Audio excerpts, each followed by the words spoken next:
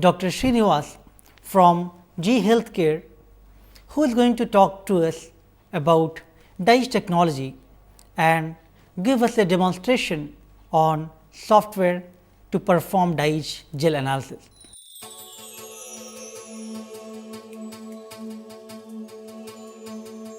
The next one is differential in-gel analysis, shortly we call as DIA. In this, you can see we can create a new project, new DIA here, like there is an option create workspace. From here you can, now it will take you to where we already saved our gels in our database. Now from the database we can select any particular project, and from there I am selecting gel number 1 as we saved this one. Then now you can see this gels where we have uploaded. So now after uploading here you can process these gels. Then during process you have to give some number. This is some threshold which you are giving here. Actually this may be 2000, so that it will takes care of background issues also. Then basically in decider code detection will be happens, but I would like to explain you some more about what is code detection. This code detection is uses a information of all 3 channels and will create a geometrically identical spot boundary for a spot across all the channels. That means there are 3 channels, side 2, side 3, side 5. Out of these 3 channels, in side 2 image it creates a particular volume, and the same area can be applicable for the remaining 2 gels also. This is way it works. In this way, quantitative and qualitative results are much more accurate than with a single detection. In DIA, each image is co-detected with its internal control, producing 2 images pairs. The ratio of standard sample is calculated further, or the ratio of standard sample is calculated for each protein in each image. So as we see here, these are all the number of spots which it has been detected, in which there are, you can see some red color spots here. These are all down regulated and compared with control with treated, or and these blue colored spots where you can see these are all upregulated spots when comparing with control and treated. In between this there is a blue, there are some blue colored spots. These are all similarly regulated. So this is what we can see in DIA. Now you can go through each and individual spot and you can see the 3D view of that particular spot. If suppose if you can select any one, you can go to one by one and you can see whether it is exactly spot or some background, or if it is a background you have to remove that. So if suppose this is the background, so there is no spot at all, still it is detected some background. So you can exclude it from here by clicking, then confirm it. So this protein has been removed from the gels.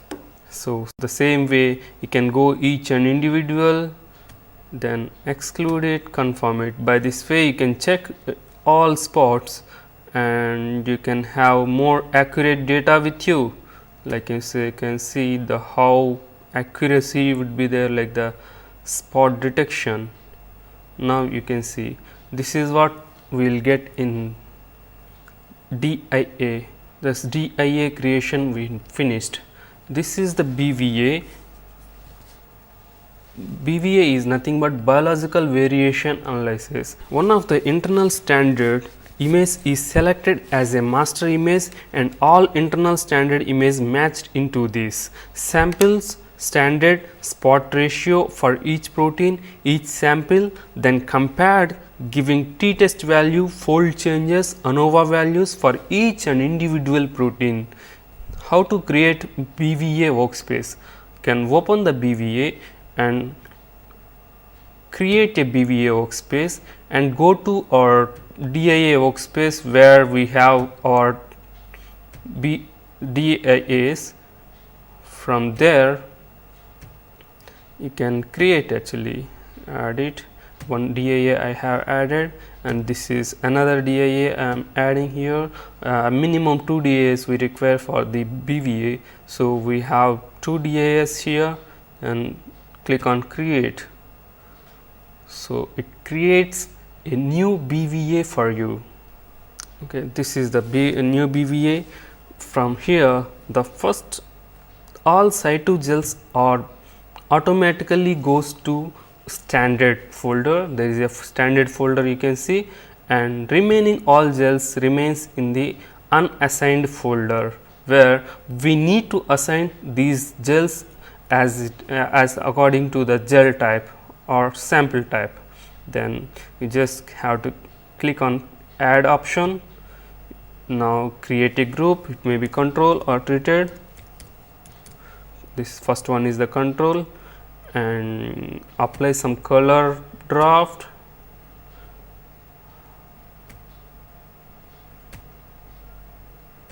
Confirm it. Then another you can create like treated, then give some color draft.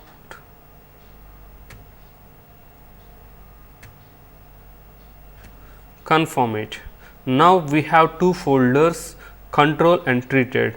So, as we have in assigned folder both control and treated, this control gels we can transfer into control folder by dragging those images, and treated gels we can transfer to treated folder by dragging them.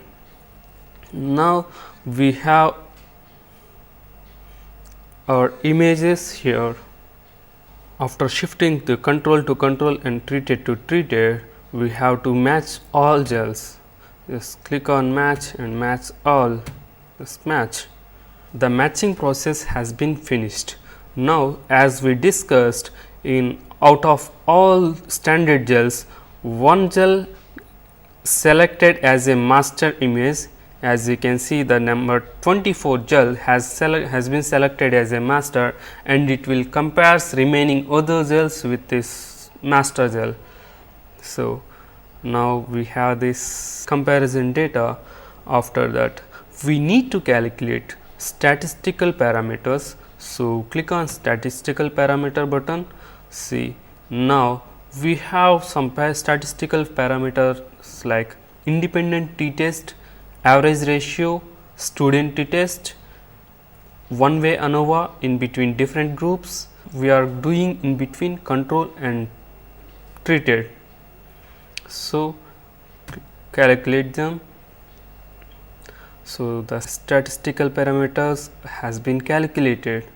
Now, we can see exact results of statistical parameters. If I can go to the table view, here you can see t-test, one-way ANOVA, this you can see.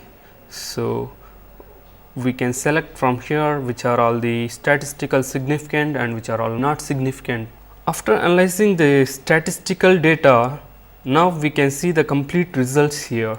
Here we can see the 4 views, like this is the image view and this is the histogram view. In histogram view, we can see clearly particular protein how it is behaving throughout control and treated. If you can see, this is the standard gel, that means this is the mixture of these control and treated. So, it is somewhere 0 we can consider this one. Then the control is completely showing upregulation, and after giving the particular treatment, it is showing the down regulation. So, this kind of data we can see here. Then in the table view, as you can see the complete protein data, where the t-test value, average ratio value, 1D ANOVA value, this all we can see we can see here in the table view. So, the 4 views at a time to see, this is the 4 views we can see here. So, after this we can filter them according to our interest.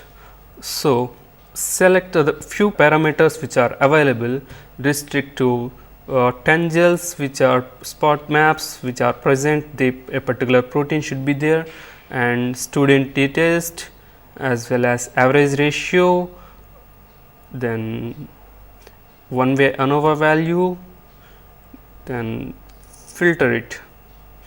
So, there are 2299 spots are available in this all gels, but 107 proteins only passed all these parameters. So, these parameters we can select as a protein of interest and assign pick list, so that these proteins can be saved in a file. This file can be given furtherly to our spot picker. These are all the things we can able to identify very easily in BVA. This is very user friendly.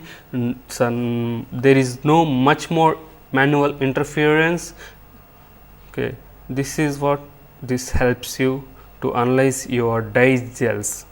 So, can you elaborate on what is EDA or extended data analysis, what it can do, which we are unable to do it in BVA? So, there is the layers here, right? One is the DIA followed by BVA, and then ultimately EDA analysis. Exactly. Basically, what we can do here is we can compare two BVAs together there. Exactly. Here we are talking about a particular disease or a particular set of data only. There we can analyze different BVAs together in DDA. There you will get majorly differential expression, again you will get, as well as PCA and discriminant analysis. You will, these kind of statistical data you will get in EDA. Very shortly, just show you briefly regarding. So if I understood correctly, probably the statistical parameter will be more stringent over there in the EDA, and you can have some better biological significance information from the data set. Exactly. Because in a lot of clinical data or different type of treatments, people like to do several gels and lot of treatment. Yes. So your number of sample to be analyzed is very large. Exactly. And really obtaining the meaningful information is one of the major challenges in all the proteomics field. So I'd like to see an EDA. Please.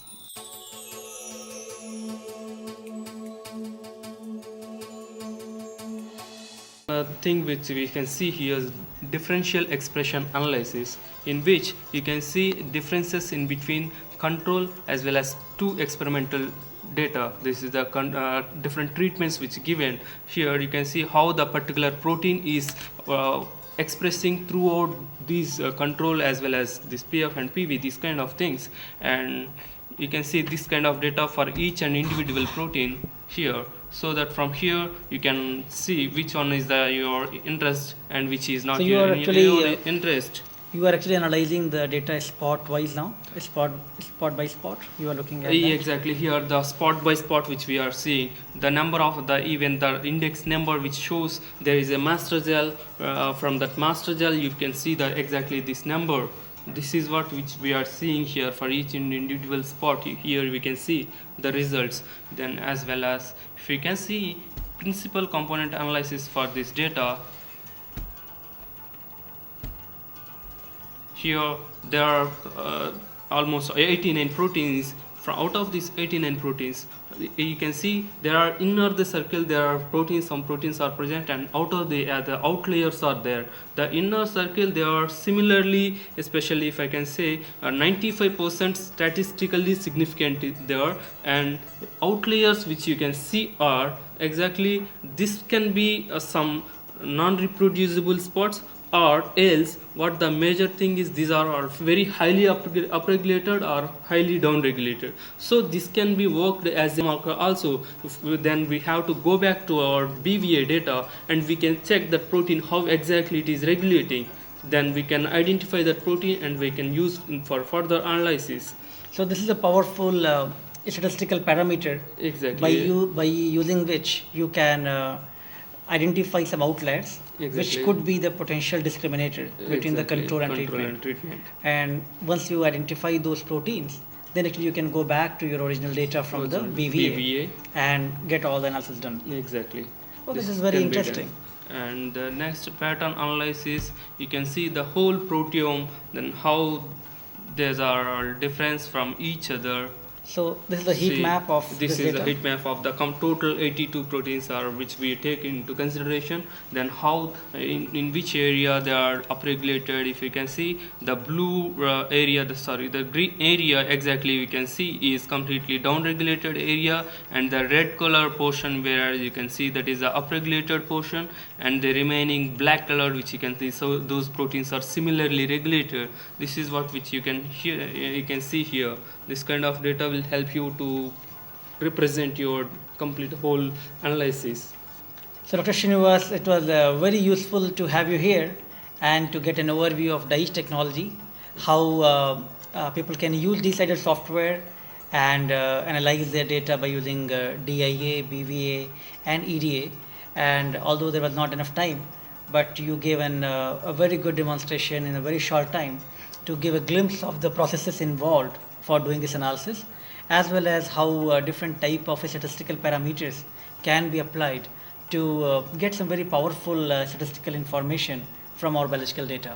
So thank you very much for coming here and giving this very good introduction about DIGE technology. So I hope our discussion with Dr. Srinivas was useful, and now you can perform these analysis by using a specialized software and obtain some very useful biological information from your data set.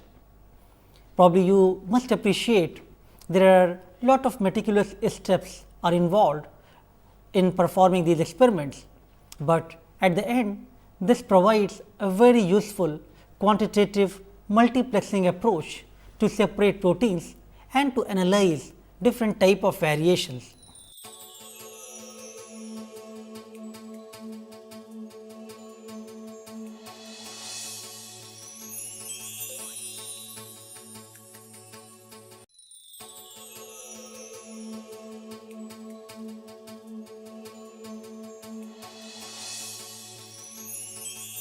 I hope at the end of this module and lecture, you will be able to perform the gel based proteomics experiment.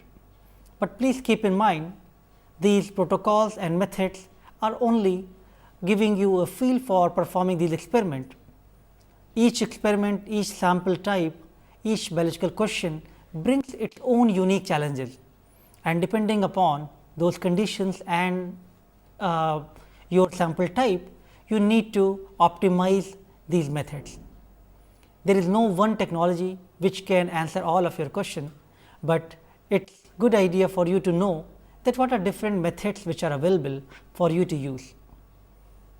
So, I hope by taking this module on gel based proteomics, now you are familiar with different type of gel based techniques. These are only few, there are many other methods as well available, but these are the most commonly used methods which people are applying in the fields of proteomics.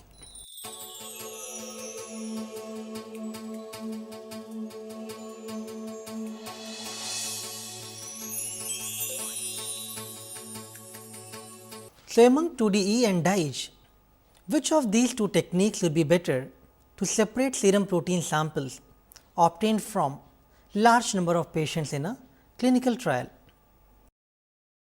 So, if you have multiple serum samples from patients, two-dimensional electrophoresis, although a very useful technique, but it may not be the best option in this case to analyze serum proteins from large number of patients.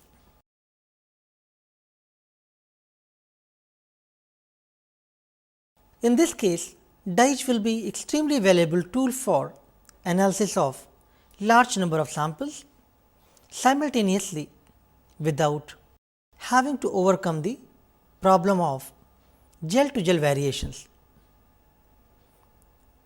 In DIGE gels, the control and test samples can be differentially labeled by using the cyanine dyes and then run on the single gel.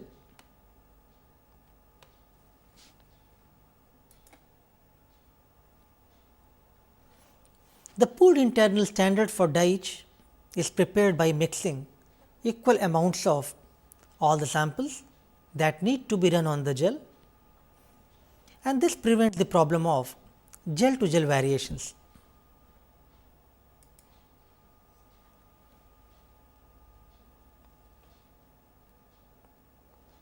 From the same gel, 3 different images can be obtained for psi 2, psi 3 and psi 5. Therefore, there will be no reproducibility issue and various artifacts can be eliminated for the clinical or large number of sample analysis. So, the main aim for the development of difference in gel electrophoresis was to overcome the inherently poor reproducibility of conventional 2-dimensional electrophoresis. So, DIGE is quite sensitive technique with less than 1 femtomolar of proteins which can be detected, and it can enable the linear detection of very broad dynamic range of the proteins.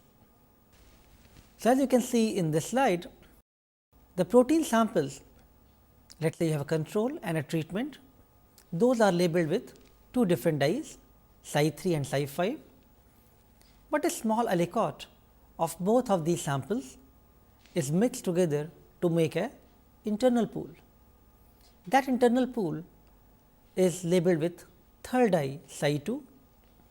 Now, all these 3 protein samples are mixed together in one tube, which contains both control treatment as well as the reference spots from the internal pool.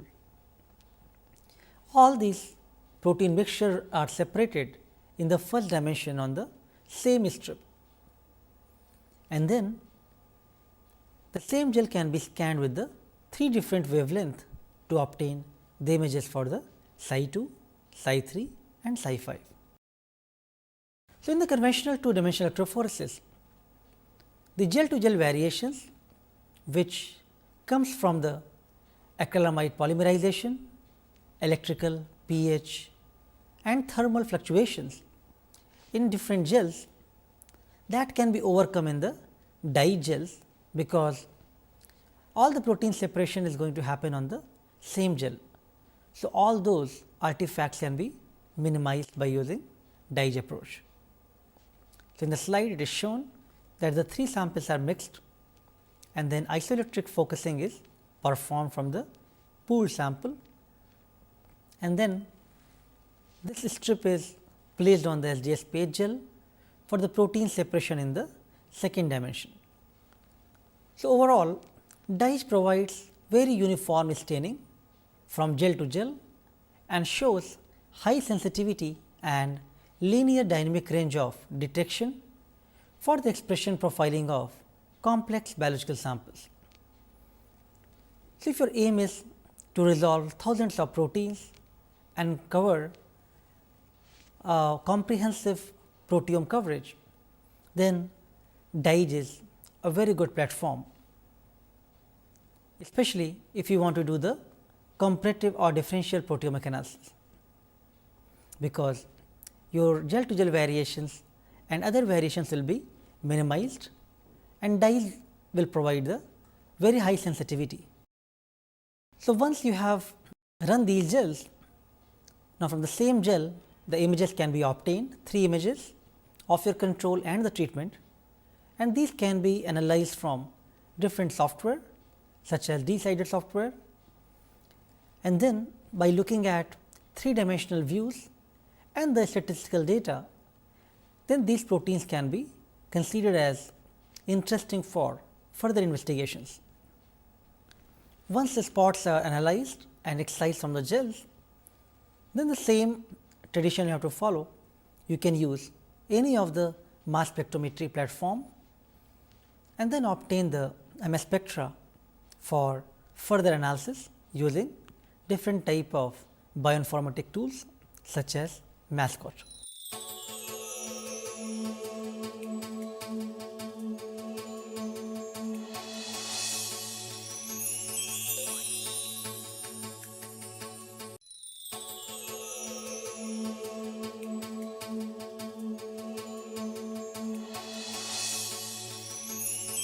So, overall the DIGE method is far more superior in terms of the reproducibility as compared to the conventional 2-dimensional electrophoresis and for the quantitative accuracy.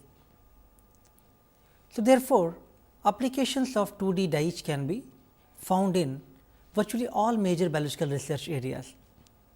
If you see the recent publications, you will appreciate there are several papers on each of the biological system for different type of applications, whether it is cell signaling, it is looking at developmental biology, looking at plant proteomic analysis, neurosciences, clinical studies, different type of diseases including cancer. You will find there are hundreds of publications available which have employed the power of 2D-DIGE technique. So, let us talk now a new case study 3 on 2D-DIGE as a strategy to identify serum markers for the progression of prostate cancer. A study by Barney et al. Published in 2009. So, in this study authors aimed for identification of serum markers by depicting the progression of prostate cancer by using difference in electrophoresis technique. So, prostate cancer is recognized as a significant problem in older male population.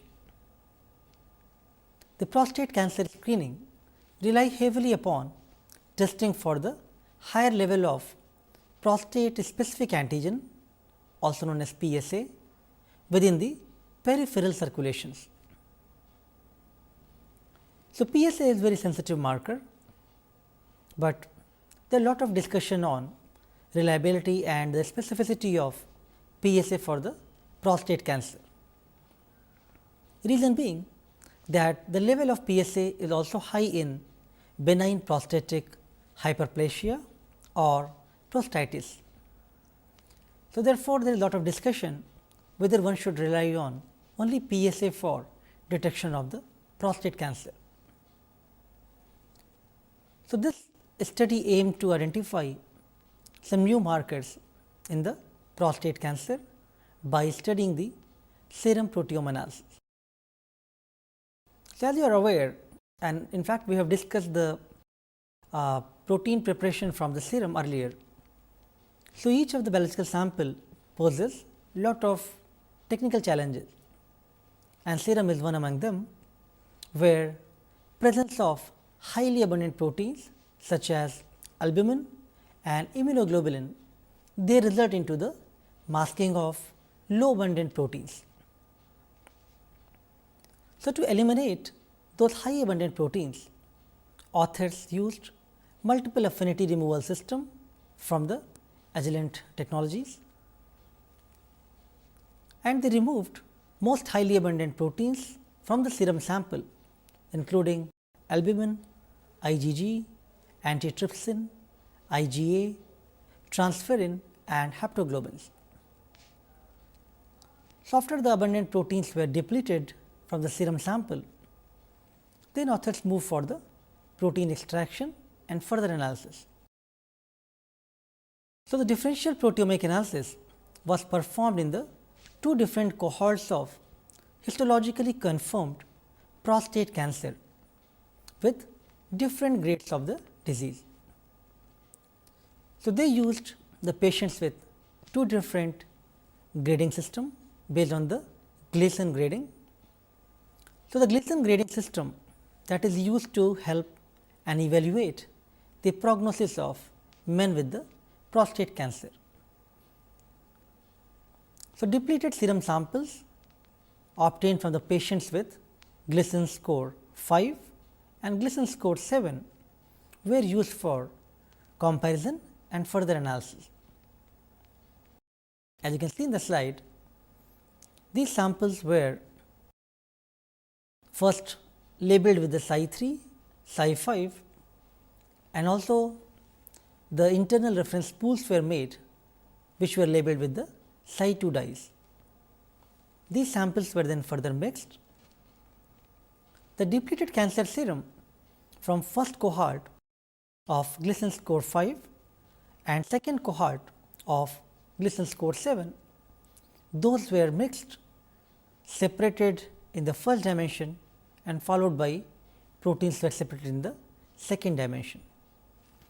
Now, when authors analyzed these DIGE images, they found that 63 protein spots were differentially expressed between the Gleason score 5 and 7 cohorts, and 13 of these proteins were statistically significant among these two populations.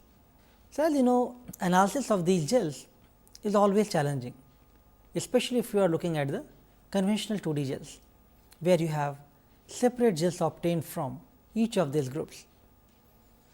But analysis in the DIGE gel is more automated. So, if you remember our previous discussion in the DIGE gel analysis, this analysis is more automated and more straightforward, but still you have to go through individual spots and you have to look for the how real, how significant those changes are, and you have to look at the 3D views of those spots to ensure that it is the reproducible among various control and treatment groups. So, the different level of analysis is performed, which we have talked earlier, but this just shows you the final output, that 63 spots after all the analysis steps were considered significant. After 2D-DIGE gel image analysis, authors excised those spots and subjected for the mass spectrometry identification of proteins. So, the proteins excised from the gels were analyzed by using Finnegan LTQ mass spectrometer, and data from these MS experiments were analyzed by using BioWorks browser by using Sequest program. For validation, authors employed various techniques including Western blots, enzyme linked immunosorbent assays or ELISAs, and also immunohistochemistry. So, the pigment epithelium derived factor PEDF and zinc alpha 2 glycoprotein, also known as ZAG, those proteins were further validated by the ELISA technique. So, the PEDF levels were quantified by using ELISA kit, and results demonstrated, as you can see in the slide, that the statistically significant decrease in the PEDF in the Gleason score 7 depleted serum group, whereas the results for zinc alpha 2 glycoprotein ELISA analysis, which is shown in the red in the bottom panel, that indicated a 1.4-fold increase in the zinc alpha 2 glycoprotein absorbance in the Gleason score 7 group. So, these studies, this ELISA validation confirmed their findings from the 2D-DIGE experiments. Authors also employed immunohistochemistry or IHCs for validating the pigment epithelium derived factor PEDF and zinc alpha 2 glycoprotein, so that they are very confident that the proteins which they have identified from the proteomic profiling, those are real, and they also tested those on the independent tissue samples. So, from this paper, the major conclusions were that serum markers which are reflective of the pathological grade and stage could be beneficial for the identification of appropriate treatment strategies. Authors confirmed that differential expression of PEDF and ZAG can be performed by using various techniques such as Western blot, ELISA and immunohistochemistry. Based on their studies and the follow-up experiment, they concluded that PEDF could be a potential marker of early stage prostate cancer prediction. However, more studies and follow-up required on the large number of patients before it can be established as a good biomarker. You may appreciate that there is a lot of power of these techniques, and these can be employed for any biological application. You pick an application of your choice, and I am sure you will be able to answer those by employing 2D or 2D-DIGE techniques. Thank you.